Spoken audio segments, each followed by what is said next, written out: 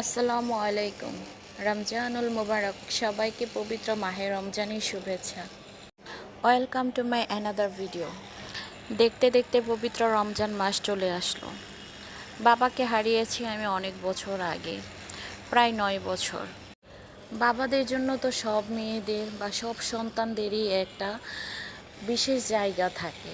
সবারই ইচ্ছে হয় বাবার জন্য অনেক কিছু করার। আর আমার বাবা যেহেতু এখন আল্লাহর মেহমান হয়ে গেছেন, আর এদিকে রমজান মাসও চলে আসলো, সেই জন্য গত শুক্রবার ভাবলাম বাবার জন্য তো আর তেমন কিছু করতে পারিনি, সেই সৌভাগ্য হয়ে ওঠেনি। তো এই উসিলায় ভাবলাম নিজের সামর্থ্য অনুযায়ী আমার যা ইচ্ছে হয় আমি কিছু গরিব অসহায় লোকদেরকে খাওয়াবো। তারপর ভাইয়াদের সাথে কথা বললাম যে কি করা যায়।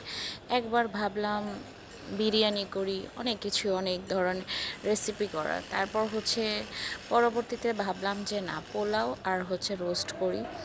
আর ঢাকা শহরে তো আর গরিব অসহায়দেরকে বাসায় এনে খাওয়ানো যায় না। তো আমাদের সিদ্ধান্তটা হলো যে আমরা প্যাকেট করে খাবার নিয়ে তাদেরকে দিয়ে আসব। যেহেতু জুমার নামাজের পর অনেক গরিব অসহায় লোকদেরকে পাওয়া যায়। আর এদিকে আমার খুব ইচ্ছে করতেছিল আমার বাবার জন্য যাই করি না কেন আমি নিজের হাতে করব, নিজের হাতে বাজার করব, মানে আমি নিজেই সব কিছু করব। যাই হোক, যদিও বাজারটা আমি করিনি, তবু রান্নার প্রিপারেশনটা আমি আগে করে নিলাম। তারপর রোস্ট করা পালা। যদিও আমি এত রোস্ট নিজে একা রান্না করিনি কখনো। আমার মা খুব ভালো রোস্ট রান্না করতে পারে। রোস্টের জন্য চিকেনগুলো ভালো করে ধুয়ে নিলাম। তারপর সুন্দর করে পানি ঝরিয়ে নিয়ে তেলে হালকা করে ভেজে নিলাম। আর এদিকে আমি আগেই রোস্টের যা মশলা ছিল সব কিছু আমি রেডি করে সাইডে রেখে দিছি। আর এদিকে আমি পেঁয়াজটা ভালো করে নেড়েচেড়ে ভেজে নিচ্ছি। রোস্টের জন্য পেঁয়াজগুলো তো ভালো করে ব্রাউন কালারের করে নিতে হবে। আর এই যে এখানে ব্রাউন কালার হয়ে আসছে, এখন আমি দিয়ে দিব যা যা প্রয়োজনীয় মশলা আছে সেই সবগুলো দিয়ে দিব। প্রথমে দিয়ে দিলাম একটু পেঁয়াজ বাটা। পেঁয়াজ বাটাটা দিলে যে গ্রেভিটা একটু গাঢ় হবে। আমি এত ভালো কুক করি না, তবু মানে কি যেভাবে রান্না করলাম সেভাবে একটু সবার সাথে শেয়ার করছি। আর এদিকে একটু বাদাম বাটা দিয়ে দিলাম। বাদাম বাটা দিয়ে এখন সবগুলো মশলা ভালো করে ভেজে নিব।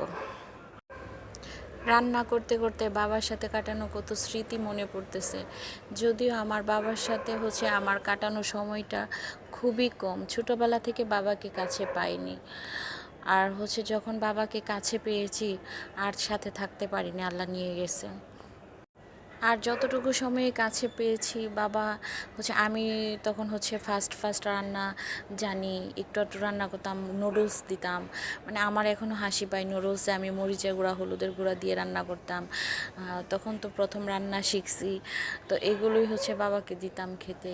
আর আমার আব্বু খেয়ে বলতেন অনেক মজা হয়েছে, অনেক মজা হয়েছে। তো এখন যখন ভালো রান্না করতে পারি তখন মানে এগুলো ভাবলে হাসি পায়। আমি কি জঘন্য রান্না করতাম, তবু আমার আব্বু বলতো যে অনেক মজা হয়েছে। আসলে সব বাবারাই কিন্তু এরকম হয়। আর আমার মনে হয় যে প্রত্যেকটা মেয়েদের প্রথম রান্নার টেস্ট করার লোকটা থাকে তার বাবাকে দিয়েই তার রান্নাটা টেস্ট করায়। আর মেয়েরা ফার্স্ট শেফ হয়, আর বাবারা এটার খাদক হয়।